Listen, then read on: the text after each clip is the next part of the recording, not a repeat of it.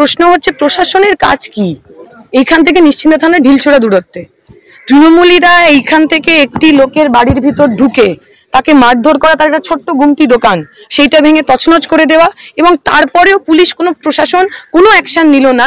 এই order city, এই সাহস, এই উদ্ধত্ত আসে কোথা থেকে? আমরা তো গণতান্ত্রিক রাজ্যের অপরাধ। উনি বলেছিলেন দীপশিতা জিতবে। পশ্চিমবঙ্গের বুকে কেউ তার নিজের পছন্দের ক্যান্ডিডেটের কথা বলতে পারবেন না? উনি যদি বলে থাকে আমি চাই এই প্রার্থী জিতুক, সেই কারণে তার বাড়িতে ঢুকে তাকে মারতে হবে? মমতা ব্যানার্জি পুলিশ মন্ত্রী, তার কাছেও তো আমার নেই, মাটি খালি হয়ে গেছে, আলগা হয়নি। যদি সুষ্ঠুভাবে ভোট হয়, আমি সব বলছি না, যদি সুষ্ঠুভাবে ভোট হয় সব ঘটি বাটি বেচতে হবে। নির্বাচন যতই এগিয়ে আসছে ক্রমেই উত্তপ্ত হচ্ছে শ্রীরামপুর কেন্দ্রের রাজনৈতিক ময়দান। জনসভার মঞ্চ থেকে সিপিএম প্রার্থী দীপশিতা ধরের নাম করে আপত্তিকর বক্তব্য দেওয়ার প্রতিবাদ করে তৃণমূল কর্মী সমর্থকদের হাতে বেধড়ক মার খেলেন এক স্থানীয় ব্যক্তি। ঘটনার জেরে উত্তেজনা দেখা দেয় নিশ্চিন্ত থানার দুর্গাপুর সমবায় পল্লী এলাকায়।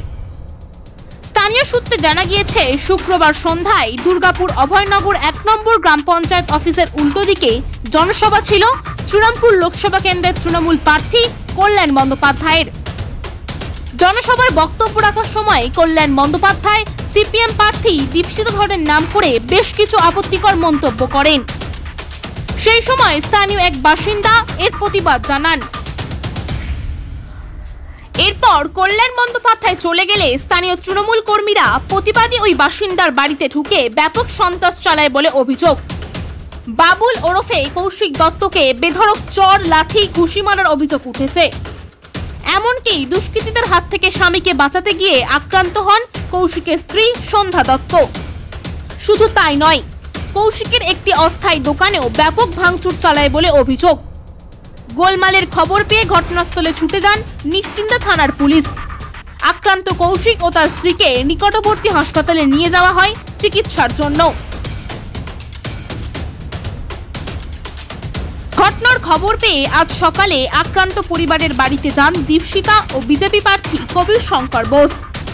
দীপশিতারা আক্রান্ত পরিবারকে নতুন করে ব্যবসা করার জন্য একটি টেবিল ও একটি চেয়ার কিনে দিয়ে সাহায্য করেন। কবির শঙ্কর প্রয়োজনে পরিবারটিকে আইনি সহায়তার আশ্বাস দিয়েছেন। আপনারা জানেন গতকাল রাত্রিবেলা একজন আমাদের সমর্থক তার বাড়িতে হামলা করে। কল্যাণ ব্যানার্জি এখানে কালকে মিটিং করে গেছেন এবং সাংসদের প্ররোচনায়, একদম আমি দায়িত্ব নিয়ে বলছি, সাংসদের প্ররোচনায় ওনার বাড়িতে আক্রমণ করা হয়।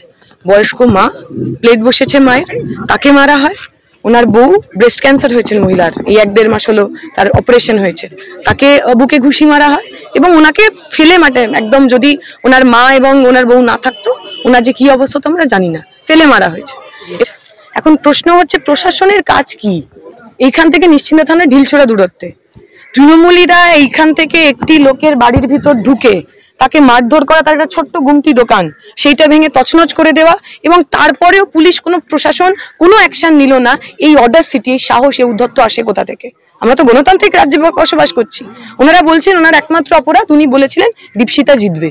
পশ্চিমবঙ্গের বুকে কেউ তার নিজের পছন্দের ক্যান্ডিডেটের কথা বলতে পারবেন না? ওনারা তো গিয়ে গিয়ে বলছেন কল্যাণ ব্যানার্জি জিতছে, কেউ তাকে আক্রমণ করছে। কেউ যদি বলে থাকে আমি চাই এই প্রার্থী জিতুক, সেই কারণে তার বাড়িতে ঢুকে তাকে মারতে হবে? মমতা ব্যানার্জি পুলিশ মন্ত্রী, তার কাছেও তো আমার প্রশ্ন। আপনার সাধের মানুষ, পেয়ারের মানুষ, যার জন্য আপনি ভিডিও বার্তা দিচ্ছেন কল্যাণ ব্যানার্জিকে জেতাতে হবে, সেই কল্যাণ ব্যানার্জির নেতৃত্বে এখানকার বিধায়ক, এখানকার পঞ্চায়েত প্রধান, তাদের নেতৃত্বে এই যে ঘটনাগুলো হচ্ছে, মানুষ তো সব দেখছে। মানুষ 20 মের এদের জবাব দেবে, তৈরি থাকুন তারা। কথা আপনি বললেন, যে ধর্মের কথা উনি বলেছেন, আমাকে বহু মানুষ ফোন করে বলেছে। আমি তো এই এলাকার মেয়ে, অনেকে যারা আমাকে ফোন করেছেন তারা কিন্তু কেউ আমার সমর্থক নন, তৃণমূলের সমর্থক, বিজেপির সমর্থক। তাদের কানে লেগেছে যে একটি বাচ্চা মেয়ে, যে মেয়েটিকে আমরা ছোটবেলা থেকে স্কুলে যেতে দেখলাম, বড় হতে দেখলাম, তার সম্পর্কে যে ধরনের শব্দ চয়ন করছেন একজন এমপি, একজন বরিষ্ঠ আইনজীবী, রাজনীতিবিদ, হোয়াটএভার, তিনি 3বারের সাংসদ। মানুষের খুব অবাক লাগছে যে কেন এই ব্যক্তি আক্রমণের দরকারটা কি? তাহলে কি রাজনৈতিক পুঁজি কম পড়ি আছে? রাজনৈতিক কথা কম পড়ি আছে? রাজনৈতিক কথা বলতে পারছেন না তাই এরকম নোংরা কথা বলতে হচ্ছে? রাজনীতির করি, আমাদের শরীরে আমাদের রক্তে ওই একটাই, আমরা অন্য কিছু জানি না। যখন কন্টিনিউয়াসলি উনি একদম ব্যক্তিগত নোংরা নোংরা কথা বলেছেন, ওনার মনে হয়েছে যে আমার বাড়িরই তো মেয়ে, শুধু উনি এটুকুই বলেছেন যে দীপশিতা জিতবে, আপনারা যত খারাপ কথাই বলুন না কেন, দীপশিতা জিতবে বলা যাবে না। মাটি আলগা হয়েছে মনে করে? মাটি নেই, মাটি খালি হয়ে গেছে, আলগা হয়নি। যদি সুষ্ঠুভাবে ভোট হয়, আমি সব বলছি না, যদি সুষ্ঠুভাবে ভোট হয় সব ঘটি বাটি বেচতে হবে। একটা পথসভা ছিল, উনি এখানে এসেছিলেন, তো ন্যাচারালি যা বারবার শুনি ওনার পথসভা থেকে উনি বহু লোকের নামে কুরুচিকর মন্তব্য করছিলেন। তখন এই যে বাড়িতে যিনি থাকেন তার পাশেই একটা চা দোকান চলে, উনি বেরিয়ে এসে কিছু বক্তব্য রাখতেই পারে। উনি পাবলিক ভয়েস হচ্ছে আসল, এটা একটা ডেমোক্রেসি, এটা একটা গণতন্ত্র। যেই মুহূর্তে, এটা ওনারই ভার্সন, যেই মুহূর্তে তৃণমূল কংগ্রেস ক্যান্ডিডেট এখান থেকে চলে যান, 20-25 জন ভেতরে মিলে ওনার ওপরে যা হামলা চালান, উনি খুব গুরুতরভাবে আহত হন। শুধু তাই না, ওনার মিসেস যখন ইন্টারভিন করার চেষ্টা করেন, ওনার মা ওখানে বসেছিলেন, 80+ ওনার বয়স, ওর মারও শরীর খারাপ ছিল, ওনার মিসেসকেও ধাক্কাধুক্কি করেন, ওনার বুকে মারেন, এবং শুধু তাই না, মিসেসকেও বলেন যে গলা টিপে আমরা মেরে দেবো। এই ঘটনা হয়েছে। পুলিশ নাকি ওনার মেডিকেল করিয়েছে। আমি দেখুন, এখন নির্বাচন চলছে, তো এখন প্রশাসন reports to the election commission of India.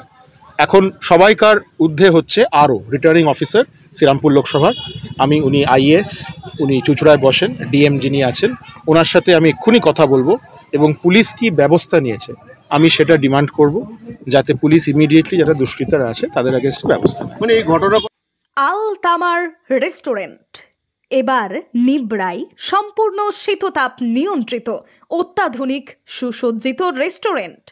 এখানে থাকছে অ্যারাবিয়ান মান্ডিতে বসে লাঞ্চ এবং ডিনারের সুযোগ।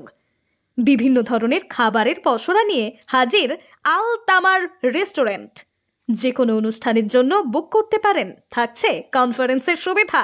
আমাদের ঠিকানা নিবড়া হারুন মার্কেট, ডোমজুর। যোগাযোগ করুন 9123608838। আরাবিয়ান মান্ডির স্বাদ গ্রহণ করতে হলে আপনাকে আসতেই হবে আমাদের রেস্টুরেন্টে। তাহলে আর দেরি কেন? আজই আসুন আল তামার রেস্টুরেন্টে।